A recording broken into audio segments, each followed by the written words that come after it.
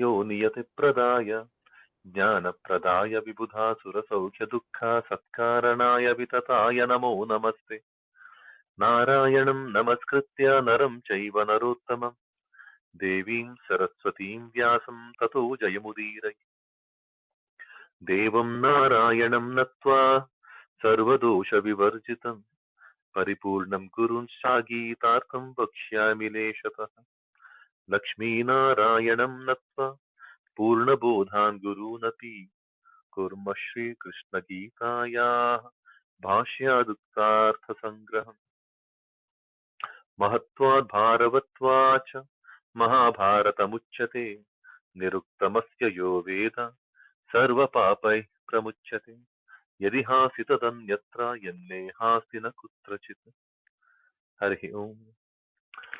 Good morning, everyone. Welcome to the Bhagavad-Gita word-by-word meaning breakdown, the Pratipadartha session, the way we call it. We have so far looked at the meaning of the shlokas till 4.16. Briefly, the last inquiry from Arjuna has been that knowing very well what to be done, why do we go wrong? Right?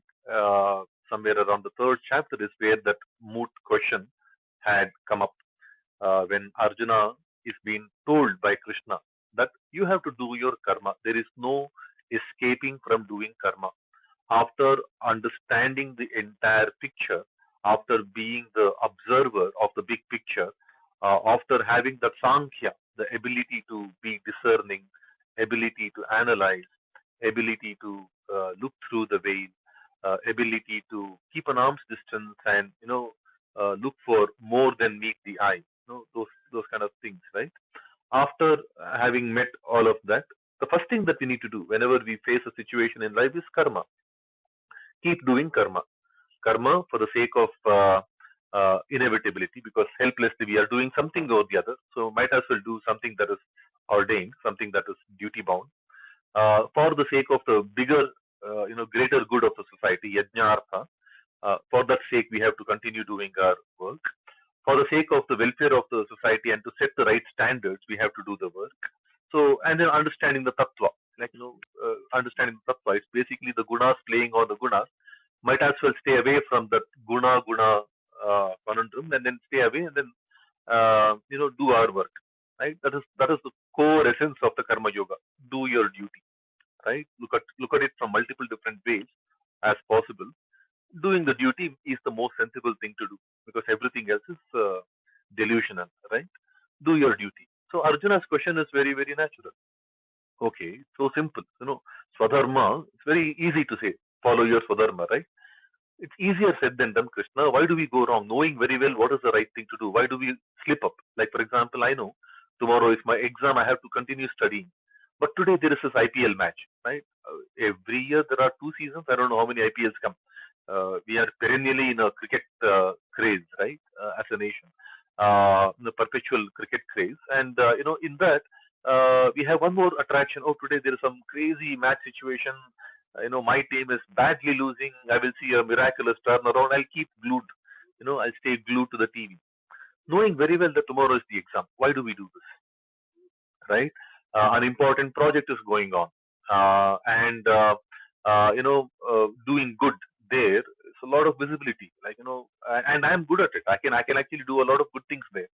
But why is it that I am attracted towards this movie, unnecessary movie, a movie that I have watched 3 times already, right? I get attracted to movie.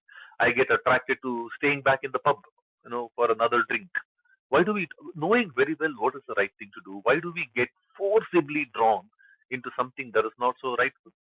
And why do we make mistakes? That's the question from Arjuna, right? Atakena prayuktaha ayam papam charati purushaha. Anichannapi, even without our complete desire in doing this, right? I know very well I have to get up and run. That is good for me. I love running. But there is some momentary jadedness, right? I don't want to get up the bed. And that happens to a lot of people. For a lot of us, that keeps happening. Why do we do that? And the answer to that is very simple: kama krodha, right? And that is where we have to understand that kama krodha plays on indriya mano buddhi, and these karanas, anta karanas, the indriya mano buddhi, are a little funny. While Indriyas are amazing, Manas can be above the Indriya in terms of being able to control it. If Manas is so amazing, even that can go weak on the knees. Buddhi can control the Manas. But beyond the Buddhi, there is something else that is Shrestha. So the entire first section of the fourth chapter was about the Para Tattva, the higher, superior thing. Para can be higher, para can be enemy. Parantapa is the word used somewhere around shloka number 4 in the fourth chapter, right? Parantapa. Like, so Arjuna was referred to as Parantapa, fourth or fifth shloka. Ajopi san navyayatma bhutanam ishvaropi san. So before that, right? Bahuni me vyatitani janmani tava charjuna tanyaham veda sarvani natvam vedha parantapa. So para can be an enemy, para can be something higher. Put them together. The enemy can be very, very overpowering. This kama, krodha, can be extremely overpowering. We have to look at the extreme para, which is the Bhagavad Tattva, Paramatma. Understand the Paramatma Tattva. So the entire first 15 shlokas of the fourth Adhyaya was all about driving home the point of Paramatma Tattva. Don't bother, right? Paramatma is there. Understand him, completely surrender unto him. Then my kama, krodha, little less of me, importance on me becomes much lesser. Everything becomes Bhagavad-Gita, and that's a simplistic solution. Not necessary everyone has to follow that, but that becomes extremely simple, right? It's not the word that's heavy. It's just the things that we say that makes the world heavy. Get rid of them one at a time. It's not mine. It's not mine. Everything belongs to the Bhagavan, right? Makes it very, very light.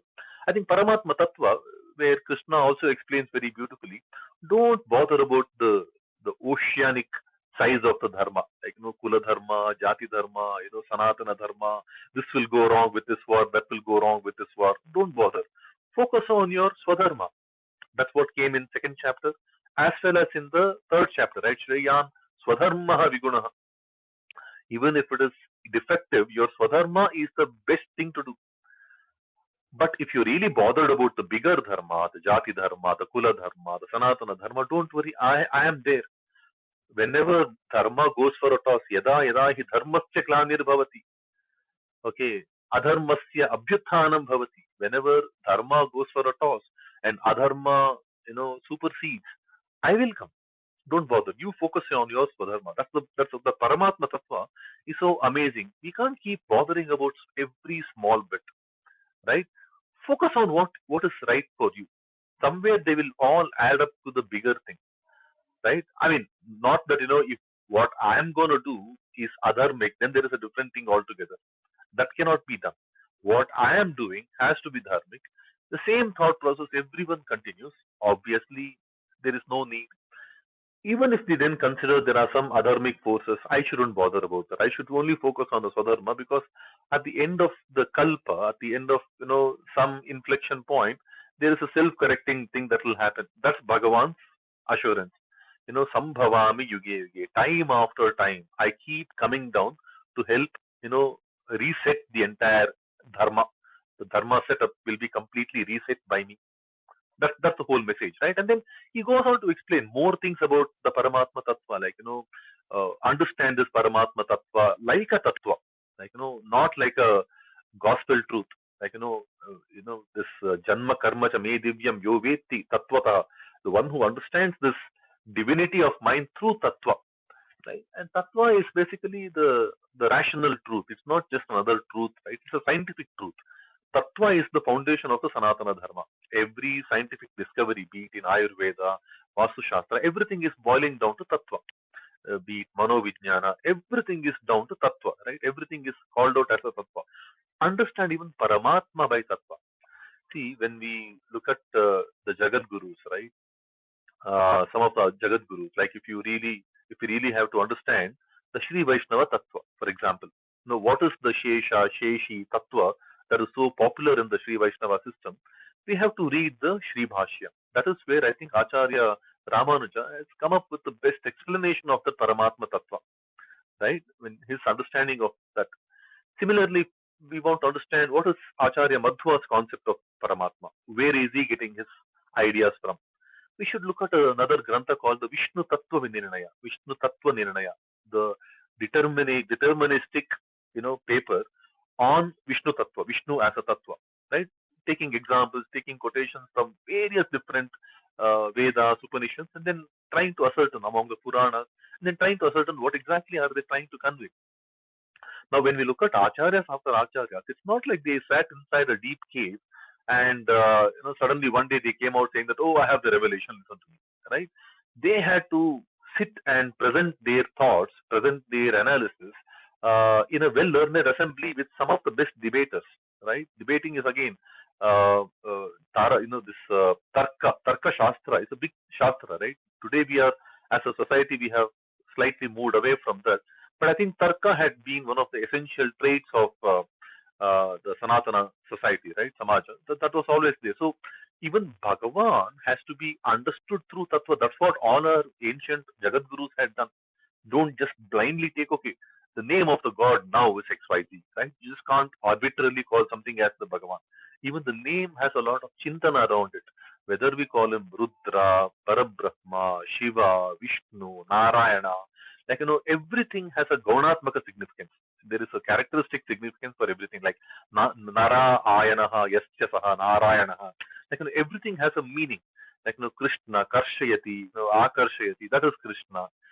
Every name has a, so Chintana is very, very essential. And here in this fourth chapter, the first 15 shlokas gives us some bit of Paramatmika gunas.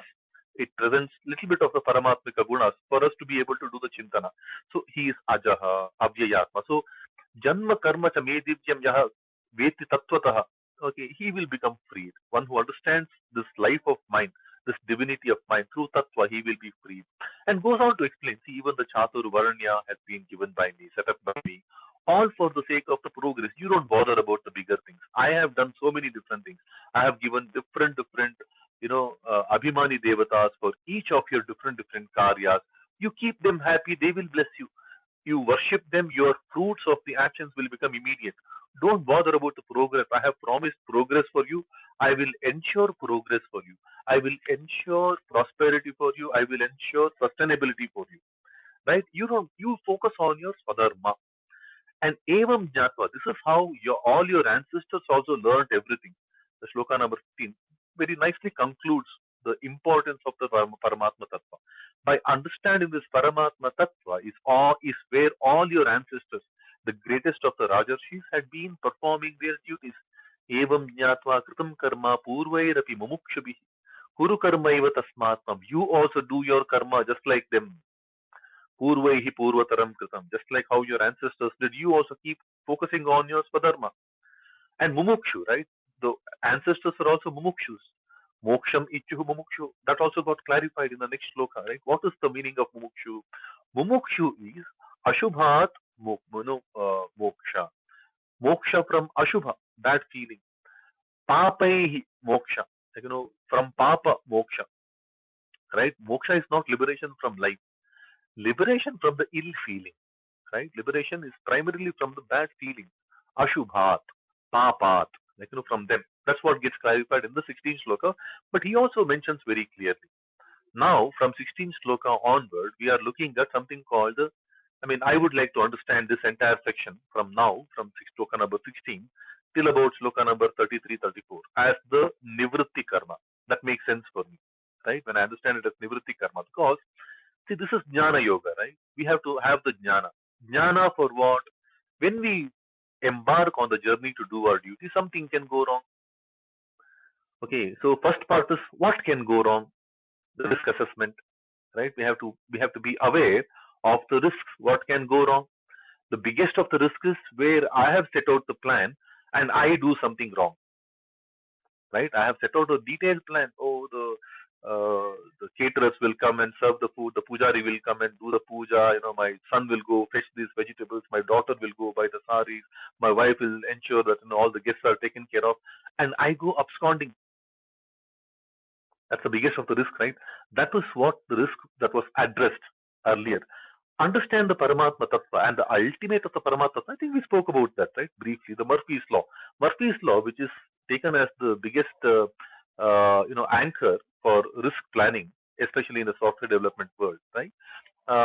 Murphy's Law is ultimately surrendering to the Paramatma Tattva. If something has to go wrong, it will go wrong. Paramatma, I can't do much about it. It will go wrong.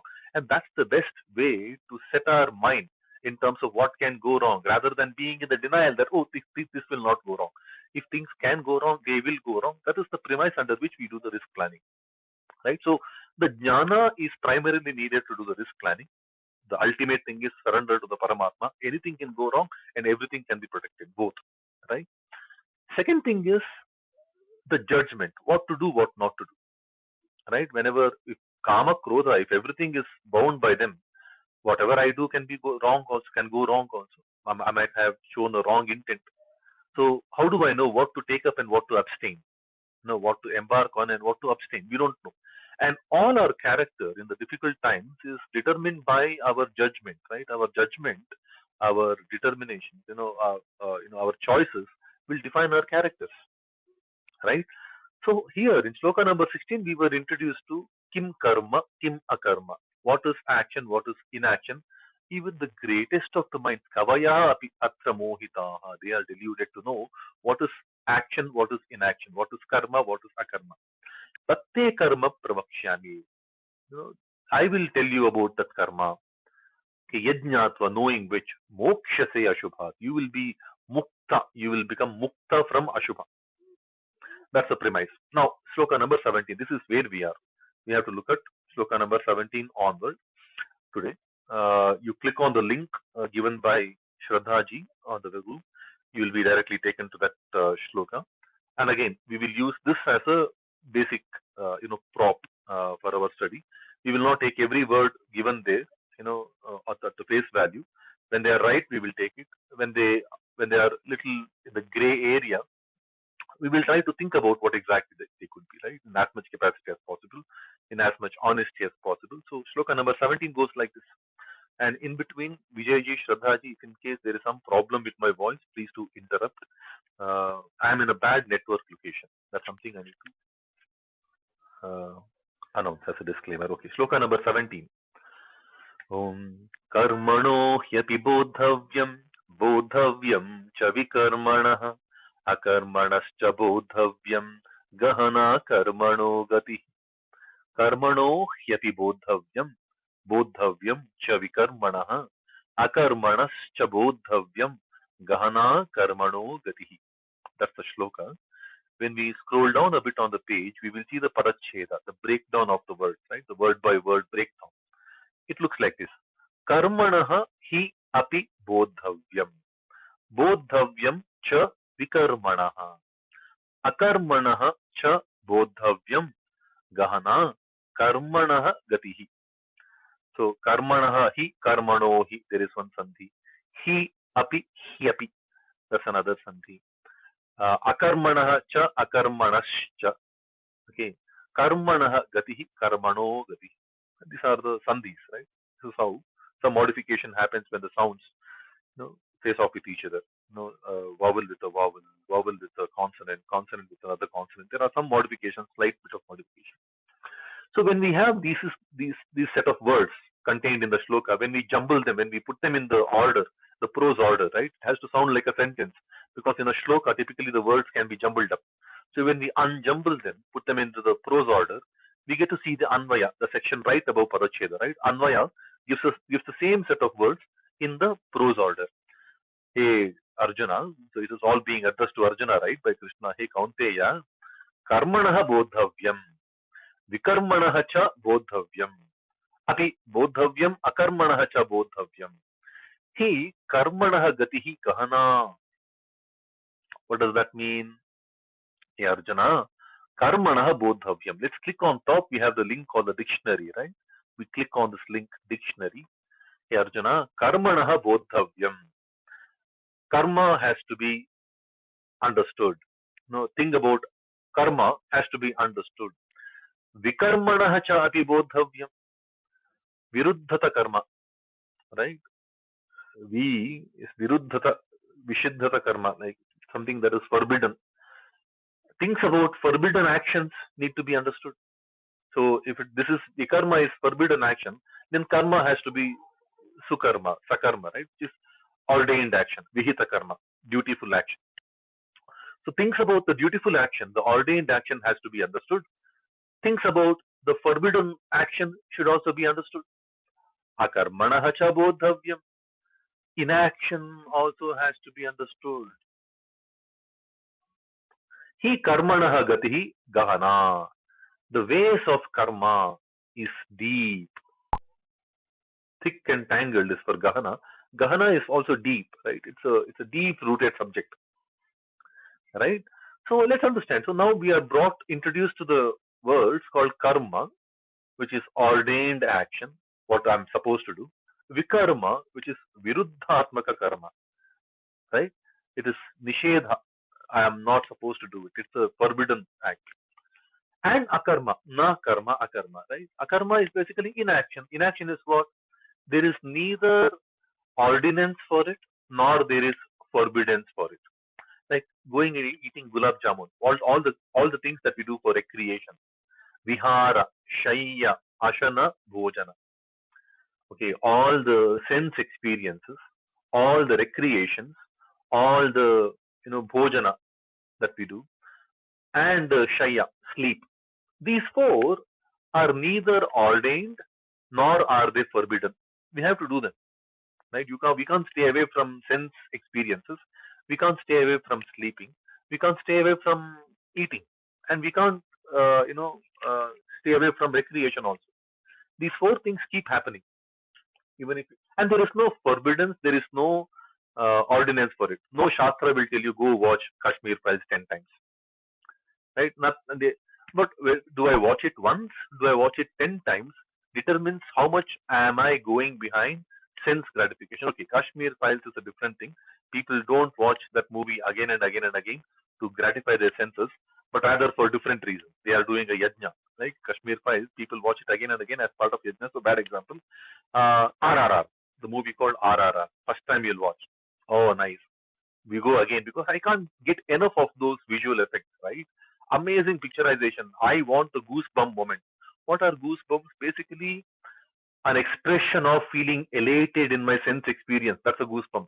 Ah, like no, I'm actually getting so the sense vihara, shayya, shana, bhojana, right, all these four, right? They are basically akarma, not ordained, not forbidden. You do it, and we do them primarily for the kamartha, for our own sense gratification. We do these. Sleep more, like more of sleep is primarily done for the tamas buddhi, right? Primarily to gratify the senses. More of eating will be done by those people who are going behind sense gratification. But mita ahara, mita shayya, mita vihara, all of these are good. Mita ashana, they are all good. But when you go beyond, so akarma, so we have to know about karma, which is ordained action. We have to know about vikarma, which is forbidden action. And we have to know about akarma, which is inaction. Basically, vidhi nisheda rahita. It's neither ordained nor forbidden. Things that we do for our own sense gratification. Right? We have to know all of these. These three concepts need to be understood. Now, looking at it a little carefully, karmanaha bodhavyam karma naha. Listen to it from me. You have to know it from me. I mean, that's another tangent, but let's not. Let's see what Aurobindo translation says for this. It says one has to understand about action as well as to understand about wrong action and about inaction. One has to understand. Thick and tangled or deep is the way of the works. Action is the way of action is too deep. We have to know what is karma. We have to know what is vikarma. We have to know what is akarma. All three we have to know. And what to do after we know all three? We click on the next shloka. Shloka number 18. It reads like this. Karmanya karma yah pashyet akarmani cha karma yah sabuddhiman manushyeshu sayukta kritsna karma krit.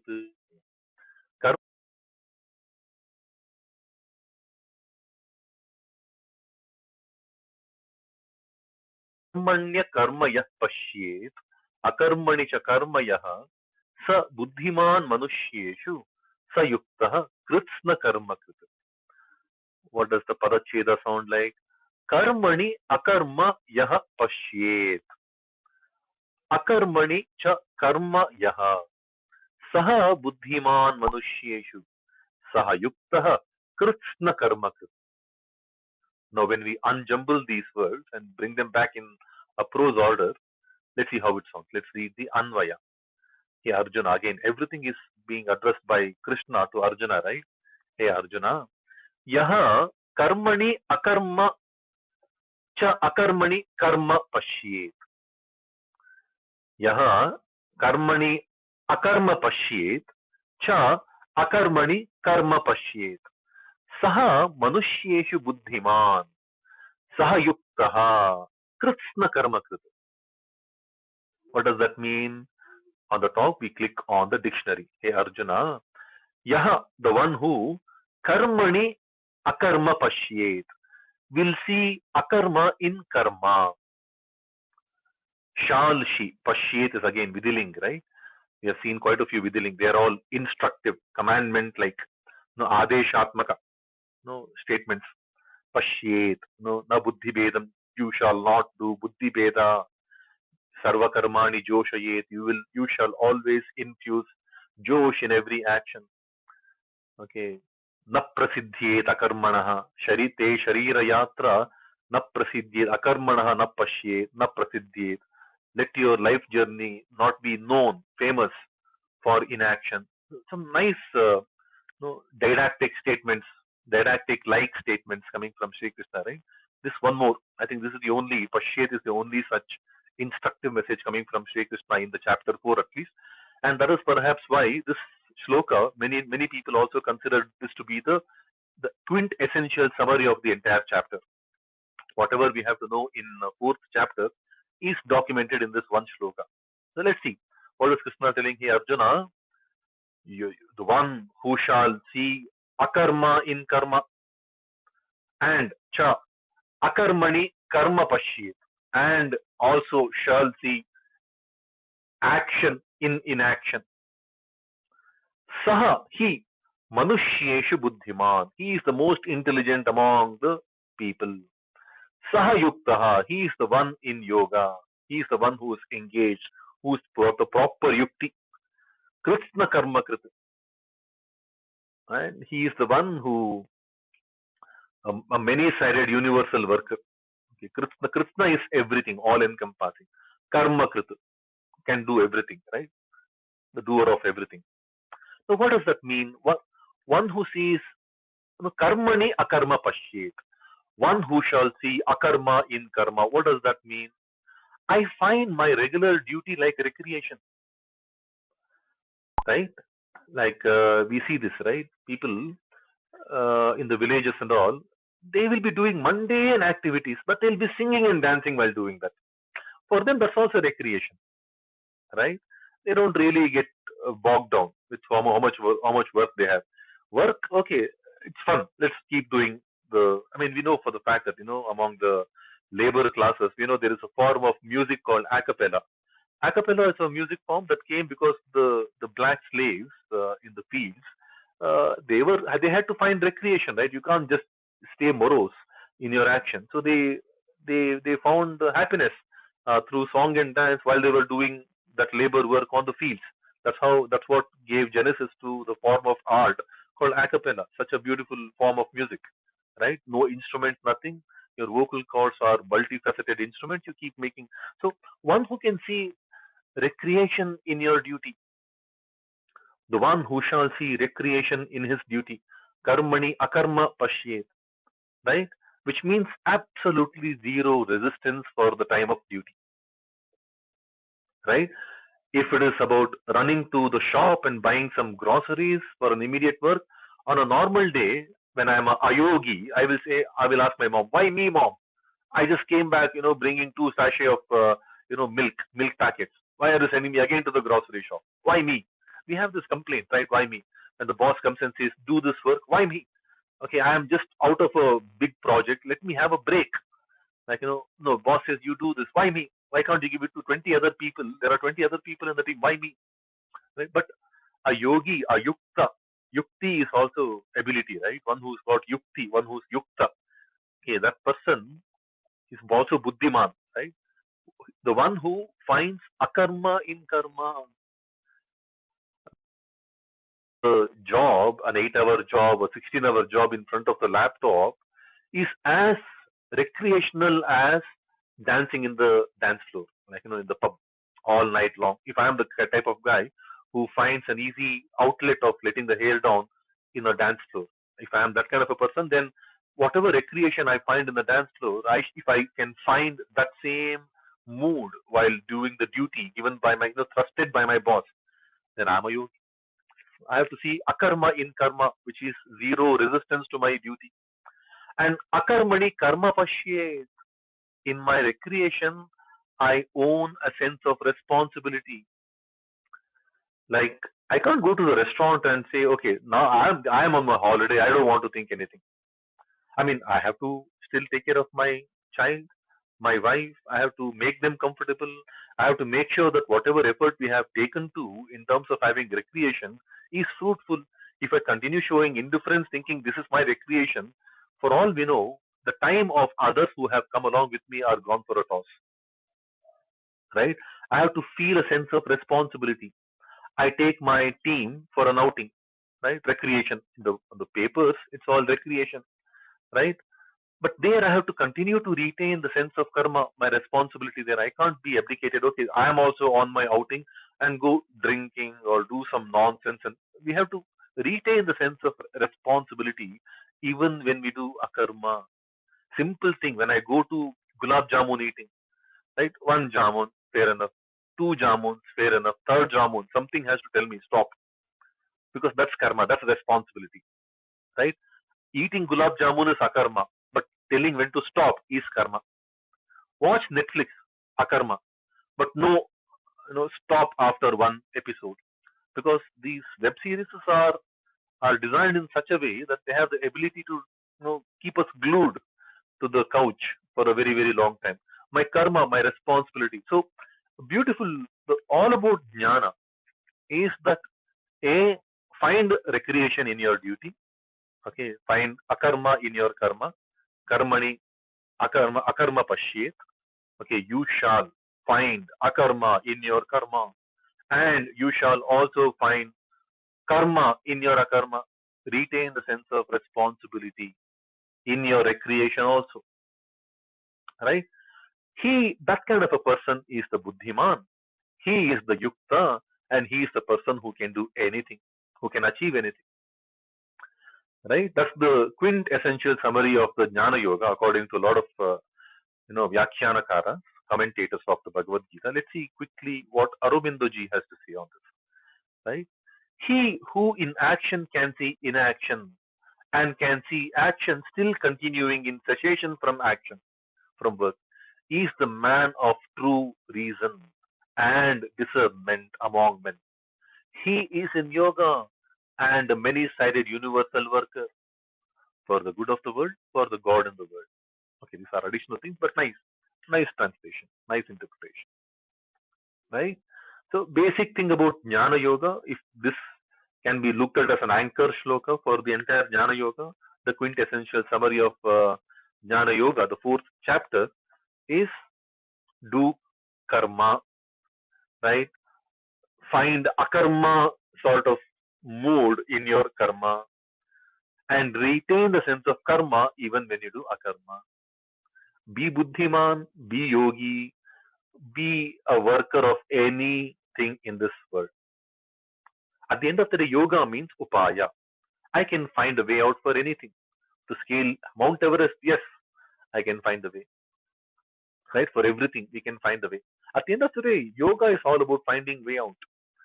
COVID happens, we have to find a cure.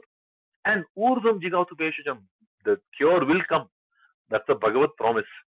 Right? Urdhvam jigatu, let there be plenty of medicines flowing out. Right? There is a solution for everything. Only thing is we have to be yogis to find the upaya. Right? That's the quintessential summary. Now, buddhiman is something that he uses, right? Who's a buddhiman? Very easy. I will be a buddhiman. It takes a few bit of traits to understand what it takes to be a buddhiman. I think that is what we will see from shloka number 19. Again, from shloka number 16, right? We've been seeing what is nivritti. Because kama, krodha can make me do wrong things. Then doing any action is scary, right? How do I know what is my karma? A big question then comes. Krishna said, You have to know karma, you have to know akarma, you have to know vikarma, and you have to see akarma in your karma and see karma in your akarma. Then you're sorted, boss. All good. Let's define, how do I know what is my karma? How do I know what is my akarma? How do I know what is my vikarma? Because see, vikarma is a very funny thing, right? Nothing stands absolute, right? Because we saw earlier guna karma vibhagashaha, right? Chatur varnya. And when you look at that paddhati, right? A brahmana can do bhiksha for his livelihood, but bhiksha is forbidden. It's vikarma for a kshatriya, vaishya, and a shudra. Shudra can seek pleasures, but seeking pleasure is forbidden. It's vikarma for a brahmana, kshatriya, and vaishya. Kshatriya can kill people because he has to protect the society, right? He can kill, but killing is varjya. It's vikarma for brahmana, vaishya, shudra.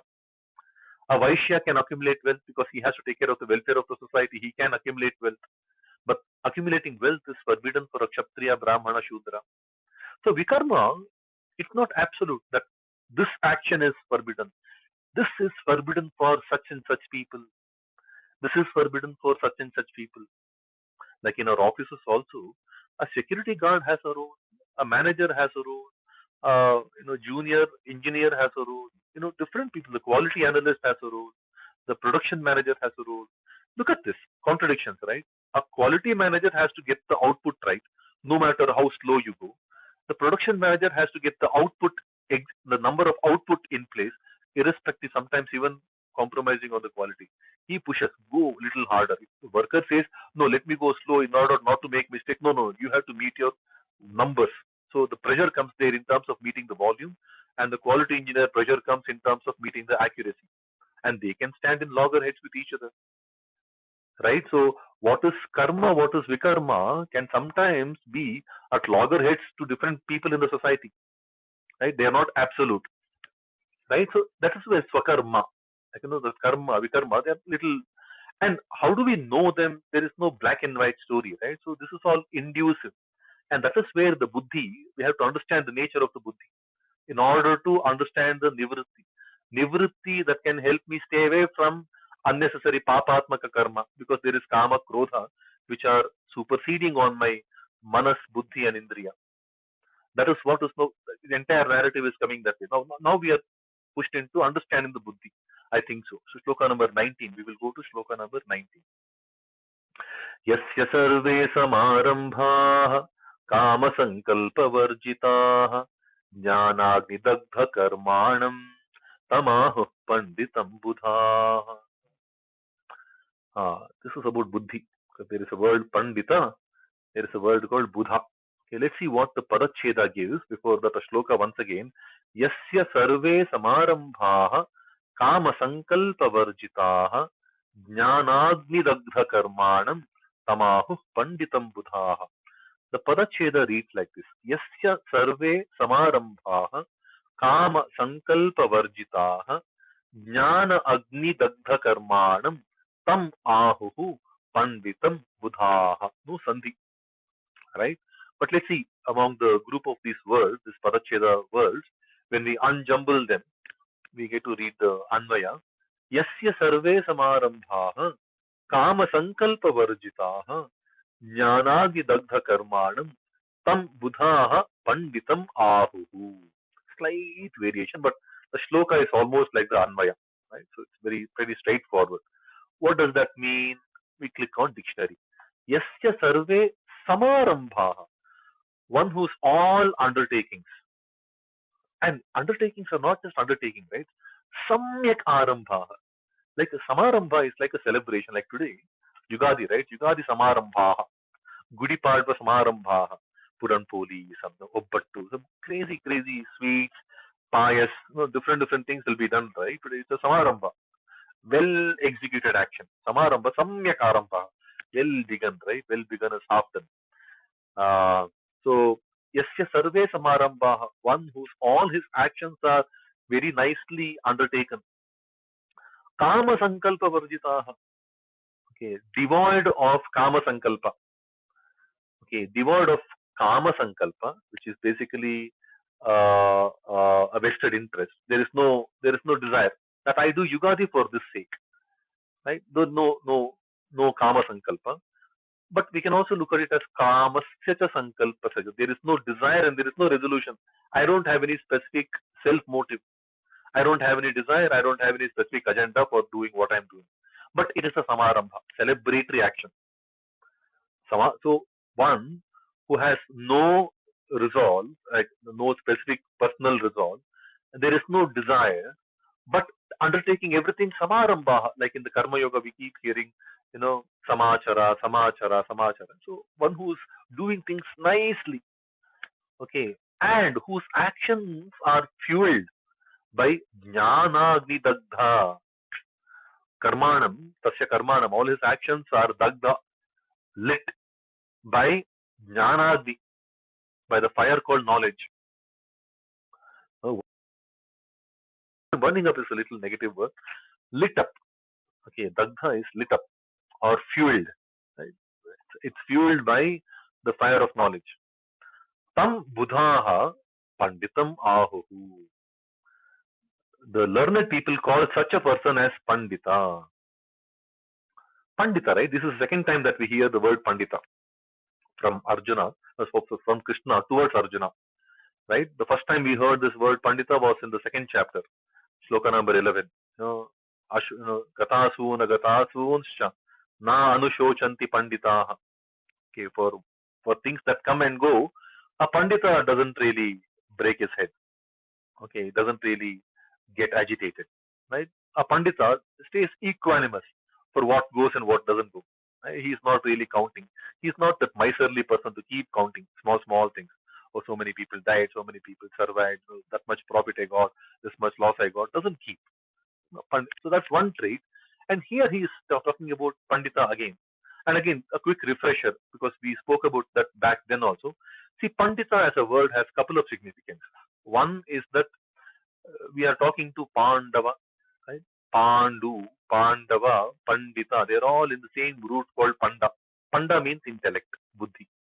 Panda means intellect. Pande, Pandita, Pandu. All of these words are in the same root. Like we have this surname, right? Panda. In Orissa, when you go to Jagannath temple, the priests are called Panda, right? Pandey. All of these are Buddhiman people, right? And so a couple of significances, right? One is we are talking to Panduputra, who's also significant, who's also signifying Buddhi. The second thing is, see, Pandita, when you look at as recently as Pandit Deen Dayal Upadhyaya and things like that, right?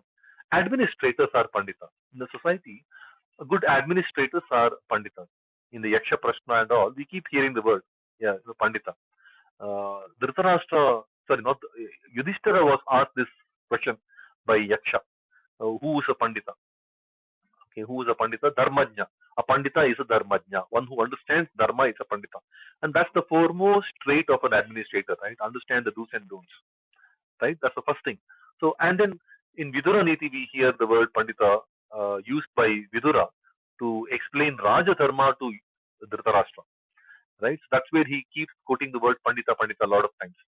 Right? So Pandita, in a way, it's a quintessential characterization of an administrator. And all Kshatriyas are meant to be administrators. Right? So two significance. One, it signifies intelligence, and B, it signifies the administrative outlook, right, as a Pandita. Today, if we have to look at IAS officers, they are the ones who, the bureaucracy, right? They are the arms and the legs of the Kshatra Dharma today, the way we see. So may not be in the right proportion, but that's what it is, right? So, the Buddhiman. So, the previous shloka, Sa Buddhiman Manusheshu, right? Here we talk about the traits of a Buddhiman. Panditam Ahuhu, if the intelligent people call such person as intelligent. Buddhaha tam Panditam Ahuhu, which means the intelligent people are calling him as intelligent, who a person whose all actions are celebratory in nature, well executed actions, are devoid of any desires, devoid of any vested interest, and completely fueled by the knowledge of fire. By the knowledge of fire is what? Not done under ignorance, right? Basically, being well aware. Adhyatma Chetasa. Similar things that we heard in the third shloka, right? Mai sarvani karmani sanyasya adhyatma chetasa. That whatever we do, whether we do sannyasa or we take up the action, samarambha, it's adhyatma chetasa, well aware, jnana vidagdha karmana, right? So such a person is a pandita, a buddhiman. Pandita is also buddhiman, right? Let's see what Aurobindo interpretation says, right? One whose inceptions and undertakings are all free from the will of desire, whose works are, again, I don't want to use the word burnt up, but fueled or lit by the fire of knowledge. Him the wise have called a Pandita. Pandita, I would call it as a non-translatable, at least now, because sage doesn't really make much of it. We have a very twisted understanding of the term sage, right? Pandita is a karma yogi, also has to constantly keep doing work. But our understanding of a sage goes a little otherwise, right? So that's the whole interesting thing. I think the next couple of more slokas we keep hearing more about the Buddhiman over them. Sloka number 20. त्यक्त्वा कर्मफलासङ्गं नित्यतृप्तो निराश्रयः कर्मण्यभिप्रवृत्तोऽपि नैव किञ्चित् करोति सः त्यक्त्वा कर्मफलासङ्गं नित्यतृप्तो निराश्रयः कर्मण्यभिप्रवृत्तोऽपि नैव किञ्चित् करोति सः. The Padacheda gives me त्यक्त्वा कर्मफलासङ्गं नित्यतृप्तः निराश्रयः कर्मणि अभिप्रवृत्तः अपि न एव किंचित करोति सः. Unjumble them, we read the Anvaya in the prose order. Hey Arjuna, karmaphala asangam, karmaphala asangam tyaktva nirashrayah nityatriptah sah karmani abhipravrittah api kinchit na karoti eva. Hey Arjuna, karmaphala sangam tyaktva, after relinquishing, tyaktva, after giving up, karmaphala sangam, attachment to the karmaphala, the fruits of the action. So we click on dictionary right on top. Hey Arjuna, karmaphala sangam tyaktva, giving up, having abandoned the attachment to the fruits of action, the results. Nirashraya, under no shelter, under no dependence. Which is, if I have given up the end result to the Bhagavan, I'm not really dependent on that result for my next step. Like today, we see a lot of people who book an apartment anticipating a bonus. Right? Now you are creating a dependency now. Right? Those kind of things are where exactly we keep a dependence. Like, now I'm under ashraya of the bonus. Right? No such dependency. Nirashraya. Okay, giving up the attachment to the results without any dependence on anything. Nitya triptaha. Nitya, right? Nitya is a very beautiful one. Nitya triptaha, always content. Saha karmani abhipravrittaha api. Such a person, even deeply engrossed in work also. Kinchit na karoti eva. He is as good as not doing anything. See again, going back to the root, right? Nivritti karma. What is nivritti? Nivritti yoga. Because we have the fear in the judgment whether to or not to. Do I do this or do I do that? Do your duty. Don't have attachments. Do it. Even if you do it very well, abhipravrittaha. Like even if you do it in an engrossed manner, it is not coming to you. You are as good as not doing anything. If there is a confusion as to what to do, what not to do. Like I quoted this example, right? I run a restaurant. Inadvertently, a cockroach gets served along with the thali. In the sambar, in the rasam, there is a cockroach. And the customer gets up and points at that cockroach to me. How do I react? Because whatever I do now can be wrong.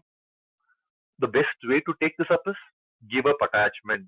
Face your duty. Your duty is to manage the show there. Give the assurances. Do all of that. Go, sorry, on the face. You have to show the chin up. Sorry. You tell me how do I rectify you? This is a grave problem. How do I rectify it? Right? Now, we have to face that on the chin. Many a times what will happen is we do a lot of thinking, right, in the pursuit of the knowledge. We do a lot. If I offer him free meal, he will say he will sue me further that you don't want to have, you don't want me to have cockroach just once.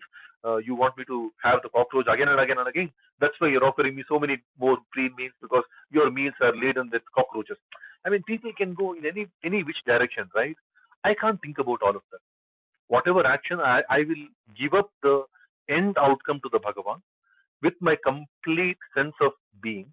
I approach that customer and say, sorry, whatever little I have to do, this passionate way, I don't have any. And even if I do it in a passionate manner, when I ask him for sorry, even in a passionate manner, it's as good as I am not doing anything in terms of that attracting papa.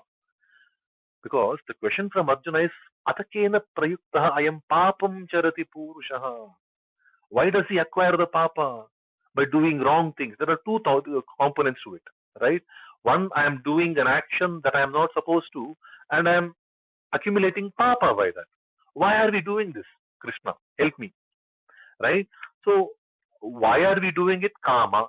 The next point is about the papa. Papa, the best way to understand papa is the nivritti, because that's what nivritti is all about. That let me stop accumulating papa. And Krishna is telling that papa, protection, nivritti is not literally giving up action.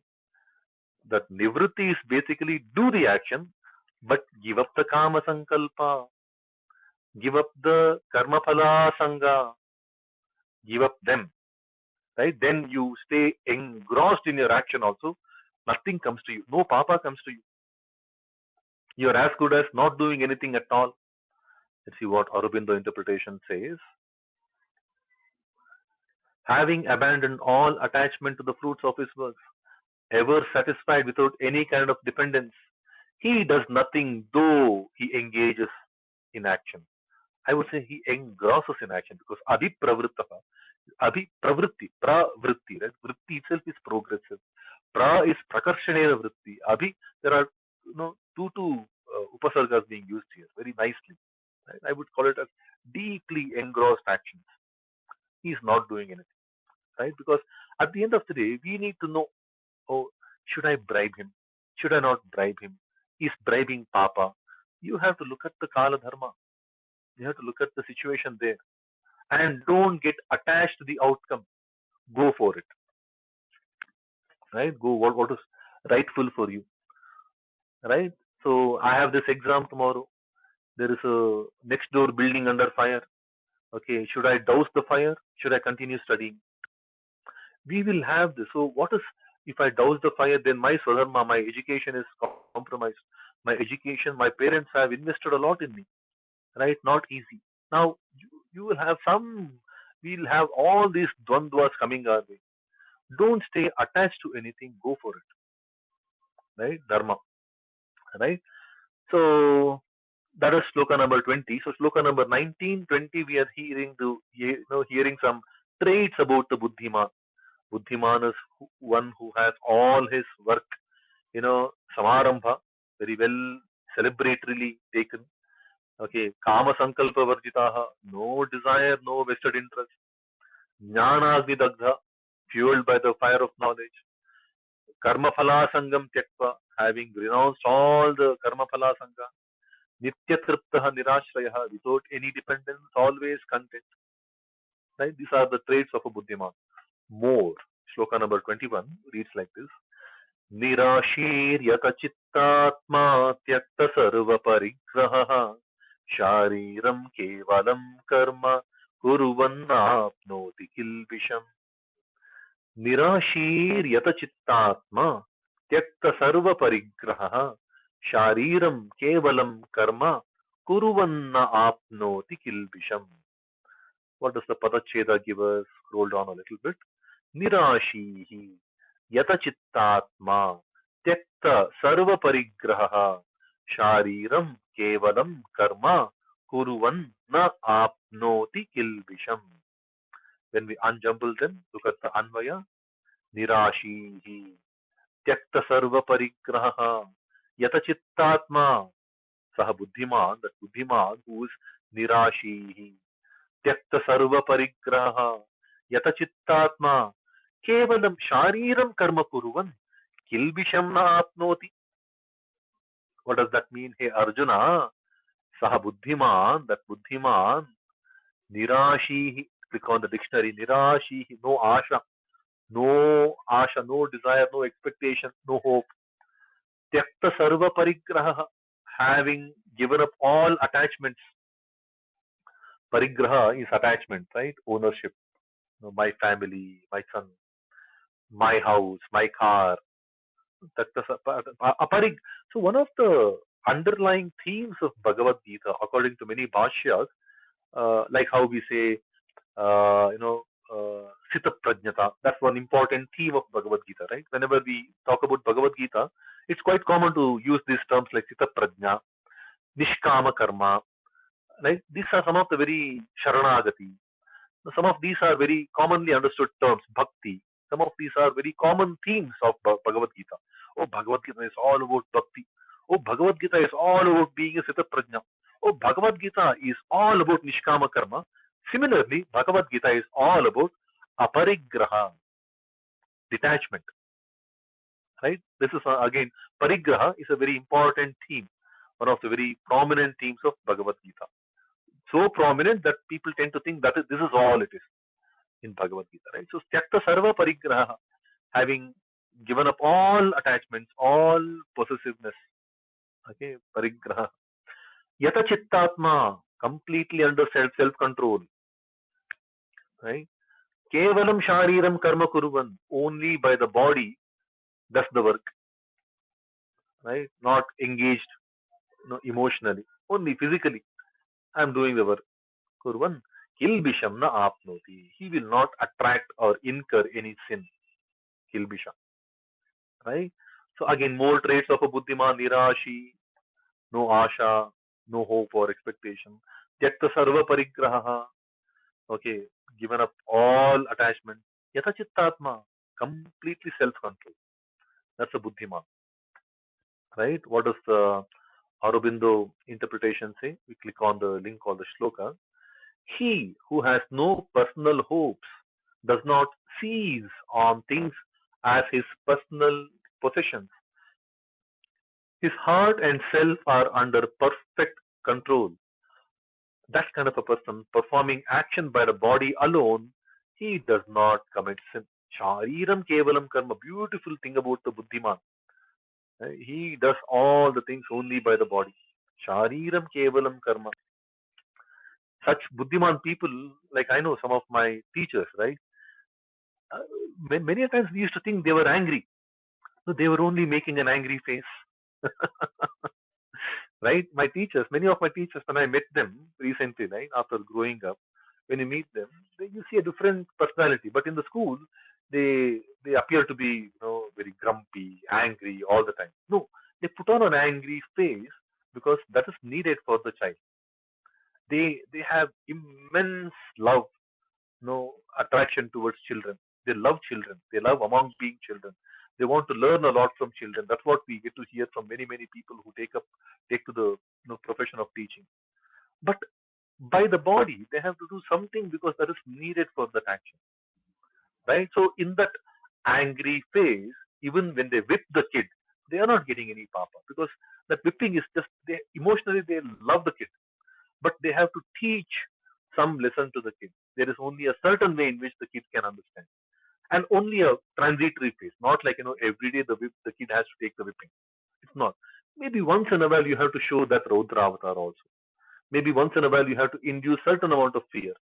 Okay, it is not a permanent feature, right? So people who do that purely shariram kevalam karma, right? Niyoga, like for example, there is a concept called the niyoga. Many people take to the surrogacy, like the surrogate mothers and things like that. They don't have any other expectation of it. Shariram kevalam karma. Right? Many people who do that's one of the very important traits of a buddhiman. Right? More about buddhiman. Shloka number 22. We read this. Right? Yadricha labha santushto dvandvatito vimatsarah samah siddhava siddhau cha kritvapi nani badhyate. The padacheda sounds like this. Yadricha labha santushtah dvandva atitah vimatsarah samah siddhau asiddhau cha kritva api na nibadhyate. What does the unjumbling give us? The Anvaya reads like this: Hey Arjuna, yadrichha labha santushtah dvandvatitah vimatsarah siddhau asiddhau cha samah kritva api na nibadhyate. What does that mean? Yadrichha labha santushtah. Hey Arjuna, we click on the link called dictionary, right? Dictionary. Yadrichha labha santushtah. One who is happy with whatever comes as profit. Okay, one, whatever unexpectedly comes without any, I mean, I might have made the inventory, the entire spread of the dinner, potentially for 1,000 people, with a provision to go for another 3,000 people with the stores and the resources that I have. But I end up getting only 700 people. I stay happy. That's the labha of the day. I can't, no. Yadricha, whatever comes my way as profit labha, santushta, I'm happy. Right? There's a very nice line from Bhagavad-Gita that comes, right? मूढ़ जहि हजनागम तृष्णा कुरु सद्बुद्धिं मनसि वितृष्णा यल्लभते निज कर्मोपात्तं वित्तं तेन विनोदय चित्तं भज गोविन्दम्. I think this line, Yadricha Labha Santushta, is perhaps inspiration. Yallabhate nija karmopattam.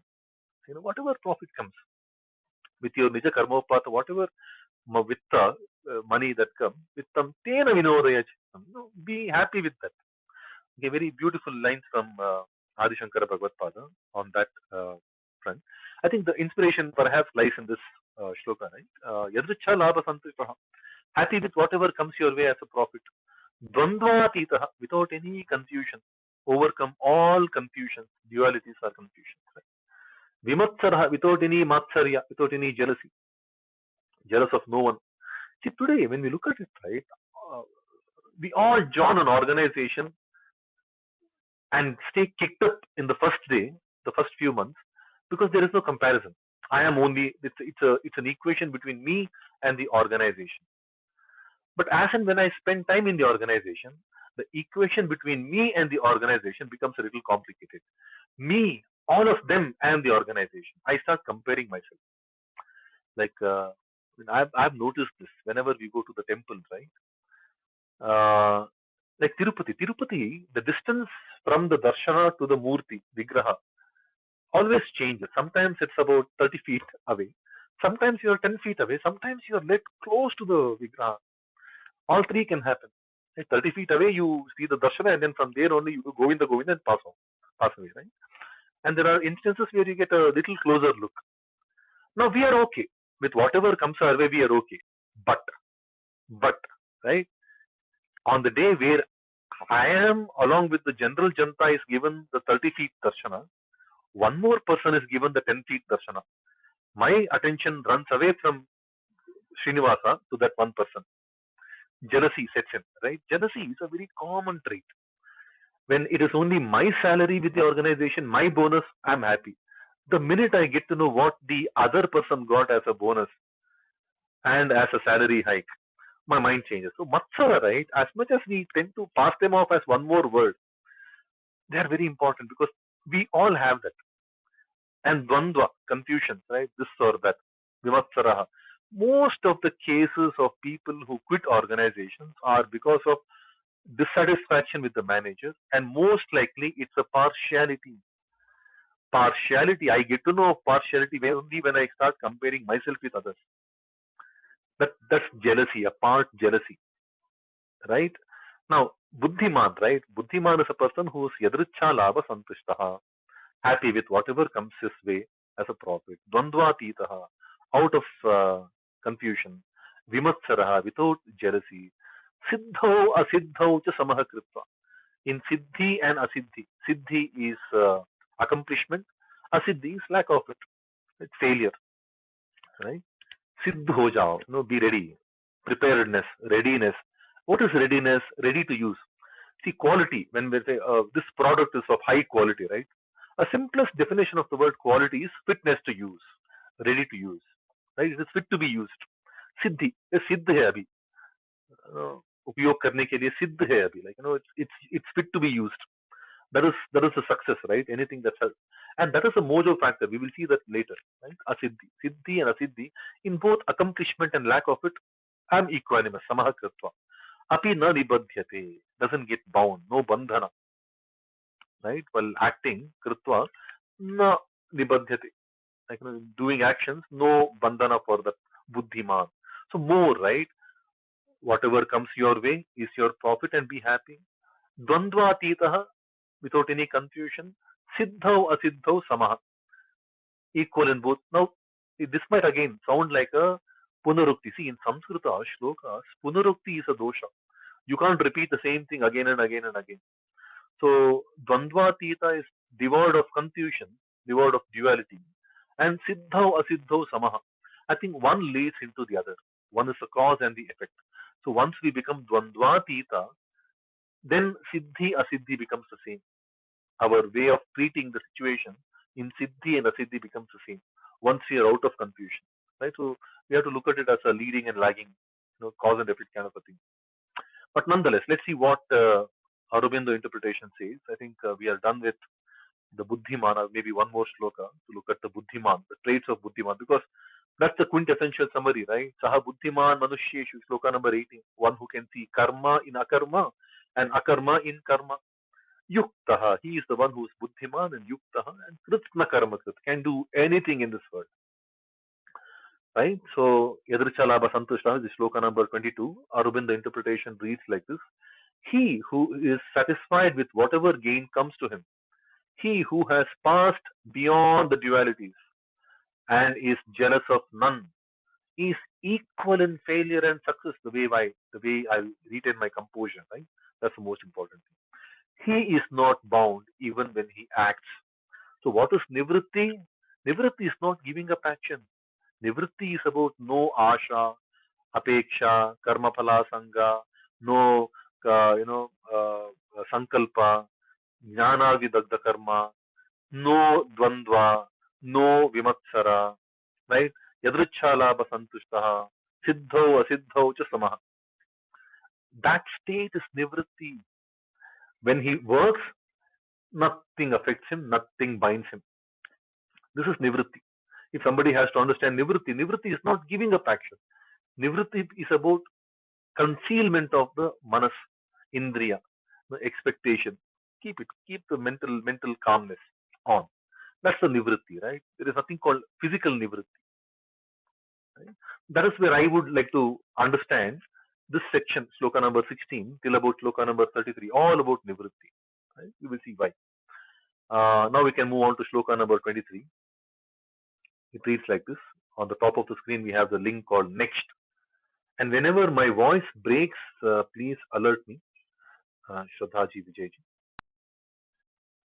Okay, because seems like my network's gone a little weak, not refreshing. Okay. The shloka is like this. While my system is coming up, Gata Sangasya Muktasya Jnanavasthita Chetasaha Yajnaya Charata Karma Samagram Praviliyate. So this shloka also sounds very similar to one more Bhajagovindam.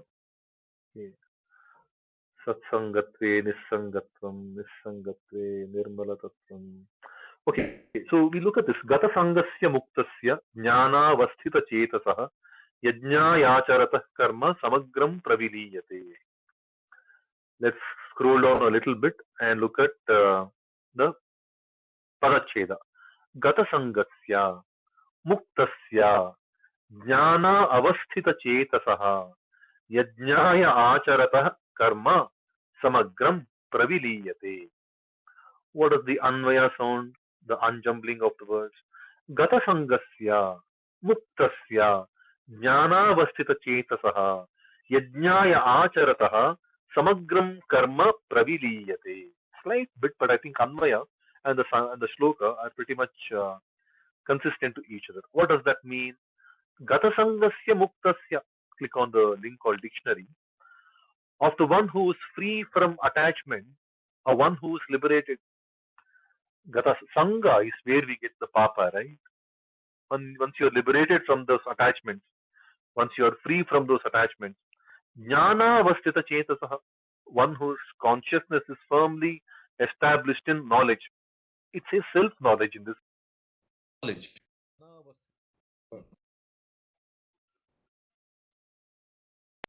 Okay. One who's, I'm audible, right? I just got a call. I just cut it. Yeah, Okay. you're audible, Bhartaji. So, jnana avastita chetasaha, yajnaya acharataha. Now, his acharana, all his work are for the sake of yajna. See, in the third chapter, he says, right, whatever you do other than for the sake of yajna, it is karma bandhana. It is binding in nature. It will pull you back, right? Here he says, do everything for the sake of yajna. Who?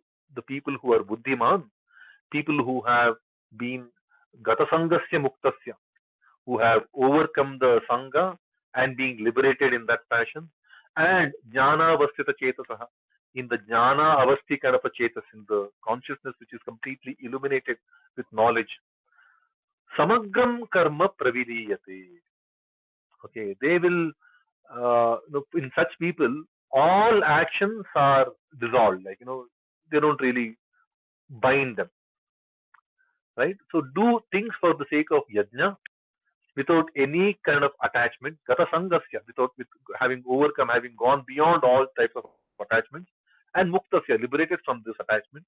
When you do things for the sake of yajna, all your works get dissolved. See, yajna is such a nice word to use for the praviliyate, for the resolution, right? When we offer ahuti, whatever ahuti into the yajna fire, it just disappears, dissipates, automization, right? Just disappears, right? Into thin air. Okay, similarly, for a person who is constantly fueling his yajna, his activities with the jnanagni, with the fire of knowledge, and in that kind of a chetas, in that kind of a consciousness, when we continue working indefinitely, whatever we do for the sake of yajna, right? That will that will absolutely have no bearing on you. Praviliyati, it completely gets disillusioned, dissolved, in its existence. It doesn't give you a karma imprint. There is no papa. Because papa is what is part of the question from Arjuna. Atakena prayuktoyam papam charati, purushaha papam charati. So there is no papa, there is no attachment. You are free now. But what doesn't get explained, this yajna, what is yajna? We don't know. Because in chapter 3 he says, do things for the sake of yajna. In chapter 4, now he's telling, when doing all the things for the sake of yajna. But what is yajna? I think we will see that in the next shloka, right? Before that, let's quickly read out the Aurobindo interpretation. When a man liberated, free from attachment, with his mind, heart, and spirit firmly founded in self-knowledge, thus works as yajna, all his work is dissolved. Right? There is no attachment, which means there is no papa. Shloka number 24. This is where we get to see one glimpse of what this yajna can be. The shloka reads like this: Brahmarpanam Brahmahavir Brahmagno Brahmanahutam Brahmaiva tena gantavyam Brahma karma samadhina.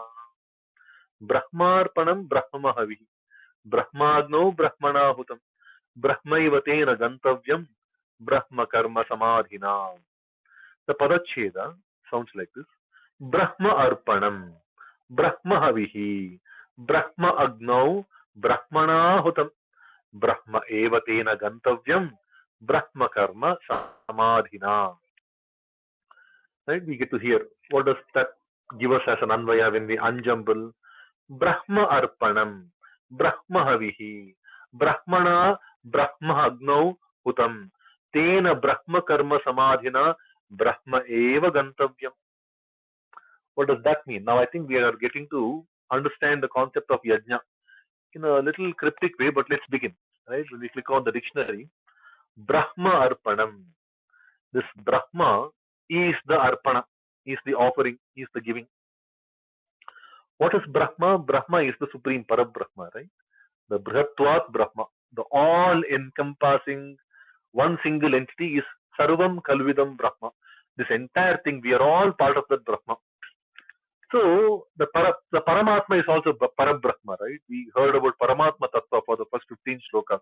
It's all him. Sri Krishna is the Parabrahma. Sri Krishna Parabrahmane Namaha, that we say. So that's Brahma, right? And many a times Krishna speaks about himself both as a first person and the third person. So now he's speaking about himself as a third person, as some other Brahma, right? But it is him, right? We know that. But nonetheless, Brahma himself in this yajna. What is this yajna? Brahma himself is the offering. Brahma himself is the giving. Brahma havihi. Brahma himself is the food offering, the havis, the offering to the yajna, right? Brahma is giving. Brahma is the havis giving. Brahma agno hutam. By Brahma alone, in the fire of Brahma, it is offered. Brahma is offered by Brahma into a fire called Brahma, and all is being done by Brahma. Tena gantavyam. Okay. Tena Brahma karma samadhina Brahma eva gantavyam. By that Brahma karma samadhi, by that the samadhi of Brahma action, okay, Brahma eva gantavyam. They all have to be attained or reached. Gantavyam is gata. They all have to reach Brahma alone. See, this is a little cryptic, very, very vexing kind of shloka, right? Basically, what it says is everything is Brahma, Sarvam Kalvidam Brahma.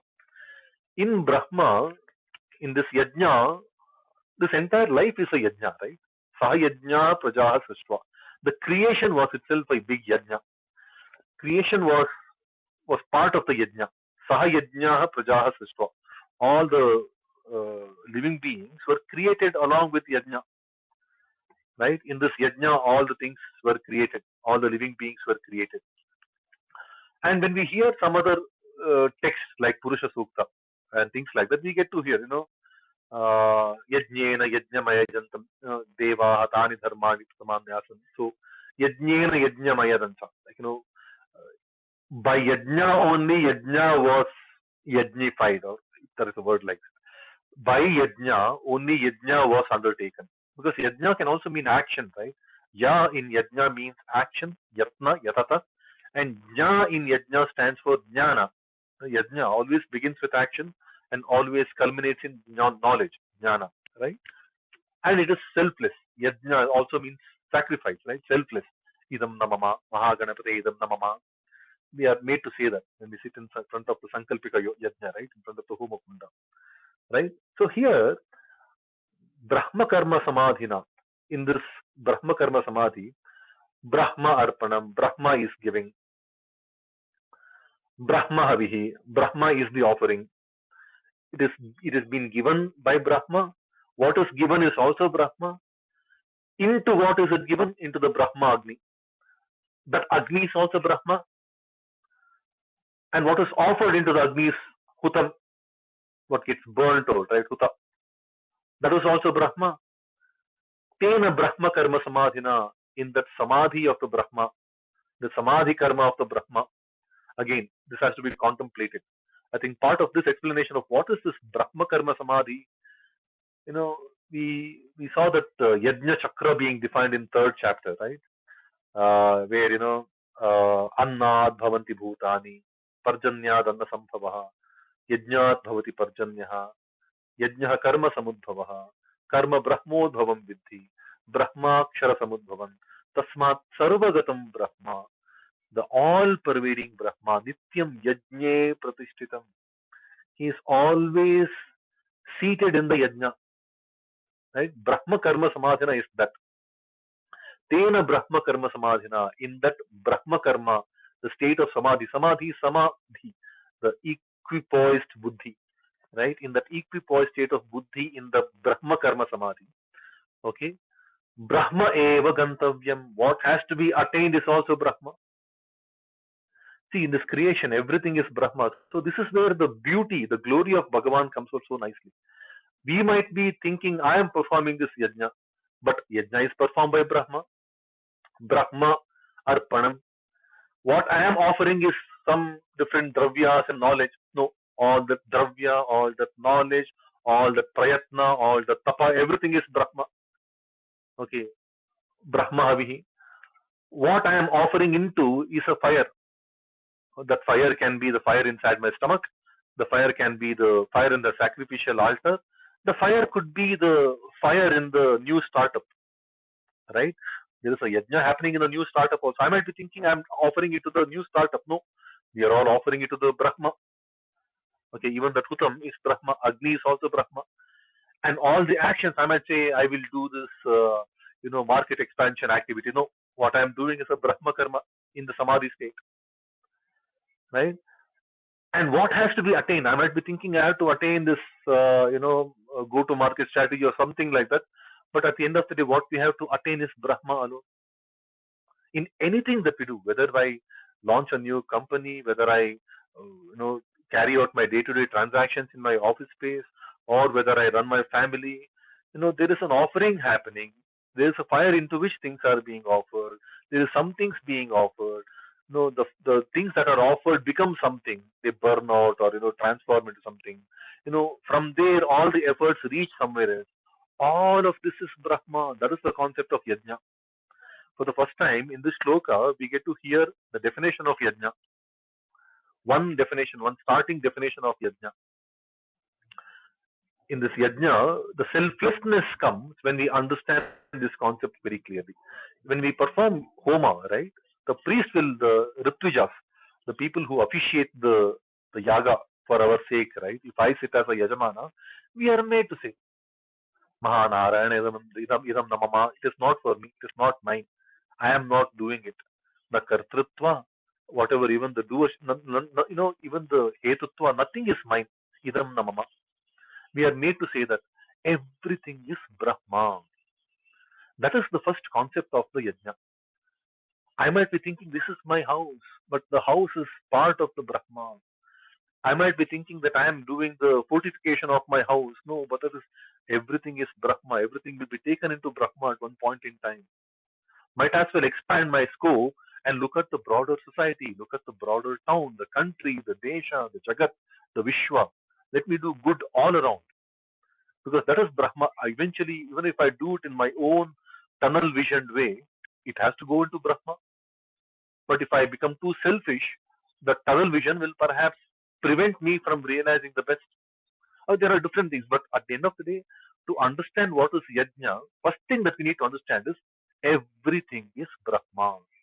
Sarvam Kalvidam Brahma. Satyam Jnanamanantam Brahma. Vijnanamanandam Brahma. Brahma me Vedagam Sarvam. Like everything is Brahma. You need to keep on repeating everything that comes. Right? So understanding the concept called Brahma becomes the quintessential start point to understand what is this yajna. Okay, because yajnaya acharatah karma, that's what we heard in the previous shloka, shloka number 23. The buddhiman, finally, the people with intelligence, they offer things for the sake of yajna. Because Krishna has spoken in the third chapter, other than yajna, everything else is karma bandhana. Right? We'll see quickly what Aurobindo interpretation says. It says, Brahman is the giving, Brahma is the food offering. By Brahma, it is offered into the Brahma fire. Brahma is that which is to be attained by the Samadhi in Brahma action. Too vexing, but I think it's nice. I think I like this translation. Literal, vexing, confusing, but very profound. I think this is something that we need to internalize. Many sampradaya paddhatis, they offer this shloka as a prarthana for food. When we have food, lunchtime, many schools have this. During the food lunch break, we are made to chant this one shloka before we have the food. Brahmarpanam Brahmahavir, Brahmagno Brahmanahutam, Brahmaivate Gantavyam, Brahma Karma Samadhina. Okay, you can practice that. That's a good, useful thing. So, some things to teach our children also, like Annapurne, Sadapurne, Shankara Prana Badnate. Those kind of shlokas are also quite famous for food time. Because see, during the food time, food table, it's good to have prayers. Today, I think we are now guilt-tripped by what we see from the Abrahamics, right? The Christian families and all, they don't normally, I mean, devout Christians, they don't normally have food without offering prayer.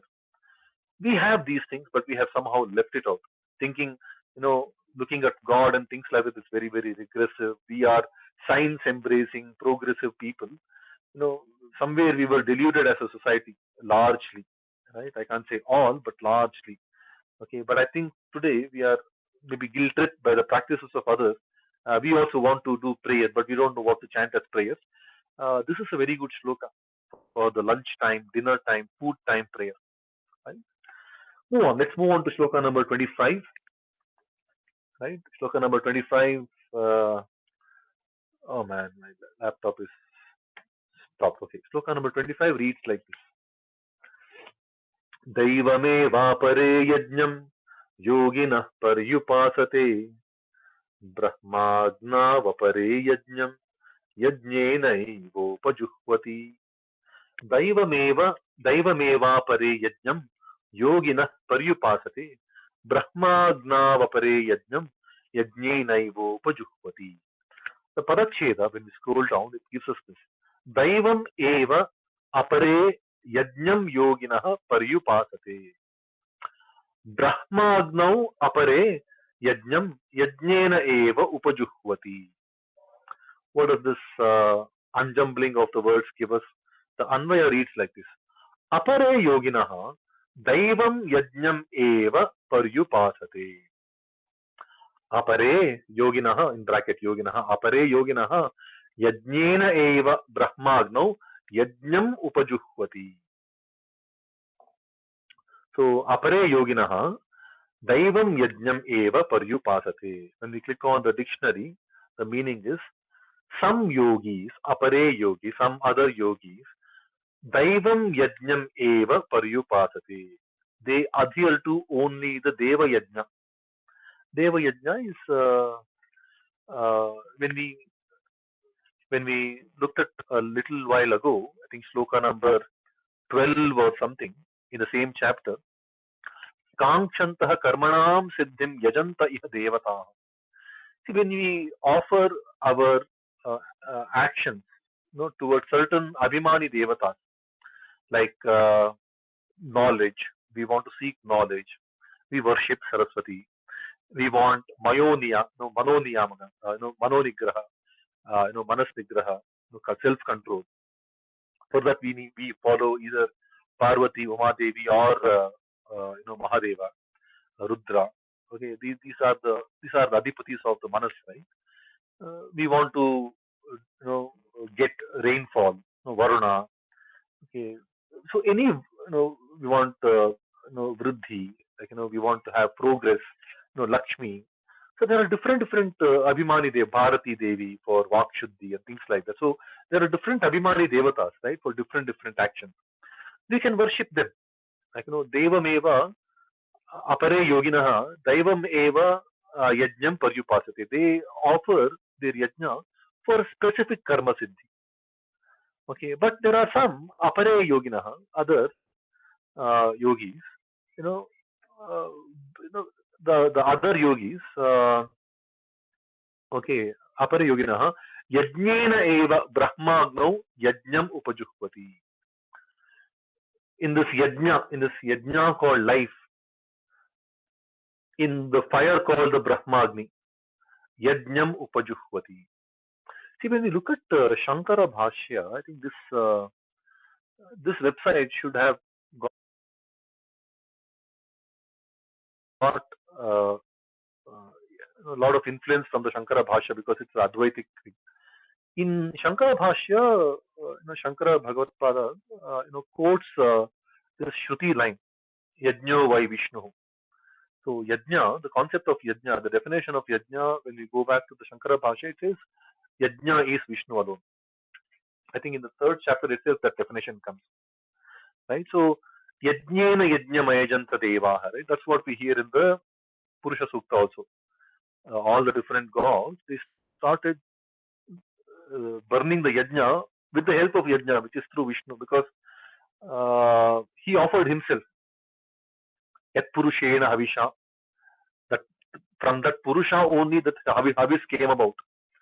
Grishma Idmaha Sharaddavihi. Grishma, summer, which is also part of that Bhagavan, became the fire. Sharad Havihi, the autumn became the Havis. All of these things, when you look at the Purusha Sukta and all that, some of them are figurative in nature. They are not literal, right? They're all figurative, but they hold a lot of good information, right? So this life is such that in everything that we do, every step that we take, every action that we undertake, it is the Bhagavan who is being burned in the fire called Bhagavan. The yajna is Bhagavan, and what is burnt little by little is also Bhagavan. As we speak, so many of our body cells are being offered into this yajna. Those body cells also belong to the same Bhagavan. Where they are offered into are also part of the Bhagavan. They go to some other place. It is all one amsha of Bhagavan being offered in this yajna called the Bhagavan. So yajnena, by that Bhagavan, okay, in the Brahmagni, in the fire called Brahma, yajnena, by the Bhagavan, yajnam upajuhvati, we offer into the yajna, which means basically fundamentally means that there are some people who go behind specific karma siddhi and offer yajna for specific abhimani devatas, and there are some people who consider all their life activities as one big massive yajna, and they offer themselves completely into this Brahmagni. All their existence is towards the Loka Kalyana, towards the sake of the Lokotpatti and things like that. They pledge themselves completely to the broader things. Let's see what Aurobindo translation says for this. Right? Some yogis follow after the sacrifice which is of the gods. Others offer the sacrifice by the sacrifice itself into the Brahmic fire, the Brahman fire. Right? I'm not looking at itsy bitsy tiny siddhis. I will look at the entire life as a big yajna. I don't have any desires. I am for Brahma. I will offer everything for the sake of this Loka Kalyana. Go for it. Right? There are different ways in which people can go for participation in this yajna. I think it's 9:35. Shloka number 26 is done. We have to move into 27. I think we will hear more of the yajnas. Any question number 26 reads like this. 26, right? Shrotradeendriyanyanye sanyamagnishu juhvati shabdadeen vishayananya indriyagnishu juhvati. Shrotradeendriyanyanye sanyamagnishu juhvati shabdadeen vishayananye indriyagnishu juhvati. Let's look at the Padacheda. Shrotra adini indriyani anye Sanyama agnishu juhvati. Shabda adin vishayan anye indriya agnishu juhvati. Right? This is the Padacheda. When we put them into the Anvaya, right? Prose order, unjumble. Anye in bracket yoginaha. Anye yoginaha. Shrotradini indriyani Sanyama agnishu juhvati. Anye yoginaha. Anye bracket again yoginaha. Shabdadin vishayan indriyagnishu juhvati. Right? Now, yajna can be multifaceted because everything is Brahma. In shloka number 24, we saw one cut definition of, one prelude to yajna. Everything is Brahma. Brahmarpanam, Brahmahavihi, Brahmagno, things like that. The next shloka, shloka 25, gives us two broad classifications of yajna. Okay, one is individual devata yajna for abhishta phala and things like that. One is considering everything to be one big Brahma yajna. Right? Everything that happens is Brahma yajna. Now there is many different ways in which we can do further discernment of what yajna can be. Right? Yajna can be, one it says, the Anvaya, let's look at this sloka. When we click on the dictionary, Anye in bracket yoginaha, some yogis, Shrotradini Indriyani Sanyamagnishu Juhvati. They offer, they burn, no, the hearing and other senses into the fire called control. There is a fire called control, right? Naishtika, Naishtika Brahmanatva, where we avoid experiences altogether. I will not watch, I will not see, I will not eat. Like, not eating is a Naishtikatva. There are some people who control their manas, continue eating. Right? They eat, mita. Some people say, no, no, no, today I am completely fasting. Right? Ekadashi, complete. So they will offer their indriyas into different controllers of those indriyas. See, each and every indriya has a specific abhimani devata. Right? Every indriya has its own abhimani devata, and in a way we can say that, I will offer my yajna into those particular controlling devatas, or niyamaka, like, they are the regulators, the regulating devatas, and then I will stay away from the sense organs being used. I will not see, I will not eat, I will not smell. Okay, some people, they don't want to even go near where the non-vegetarian food is being cooked, because for them it's bad. For some people, they don't get affected. There are different ways. Right? So there are some people, Shrotradini Indriyani Sanyamagnishu Juhvati. They burn the hearing and other senses in the fire called control, or multiple fires of control, which is Agnishu, Bahuvachana. So each Indriya will have its own control. The control applicable to eyes may not be the same control used for hearing, for stopping the hearing. So each individual bespoke control, okay, I will offer my different senses into different controls. Anya yoginaha, other yogis, Shabdadin Vishayan, okay, sound and other Vishayan, experiences, Indriyagnishu Juhvati, they offer into the fire called Indriya. Now here is where we tend to not stay away from experiences. We experience them, but we will stop indulgences. The minute it is offered into the sense, it should become like a ahuti. It should just burn out. Right? That is the burning out. Samagram praviliyate. When we offer it as yajna, samagram praviliyate. Like wine taster. Okay, he just puts the drop into the tongue. Doesn't get indulgent. Okay, nice, more. No. Good chef in the culinary business, right? He has to just taste. And after tasting, even the favorite of his dishes, like gulab jamun, he doesn't go indulgent. He will use the taste for the discerning purposes and move on. So here, there are two ways, broadly spoken, two more types of yajna. When we offer everything as part of yajna, one is that you stay away from experiences. You offer every channel of experience under control, into the fire of control. Like, what are the channels of experience? The eyes can see, the ears can be the channels for hearing, the skin can be the channel for touch. I will not touch, I will not hear, I will not see, which means I control my indriya, sense organs, in the fire called control, restraint, right? Naishtika Brahmanatva, Brahmacharya. And then there are others who use the experiences for the discernment purposes alone and stop there. No indulgences. Indriya itself is a Agni there, where the minute I see something, it gets burnt. I get the knowledge required and I stop myself indulging further. Right? The minute I hear something, I know what it is. I don't want to hear the same song again and again and again and again. What is that song? Kacha Badam. Nobody can stay away from that. Kacha Badam. There's a song from the movie Pushpa also. People want to hear that again and again and again and again and again. It can be irritating, right? After a while, it can get really. But there are some people who can't have enough of it. They want to hear the same thing again and again. Some people who are like, I know this song. Enough.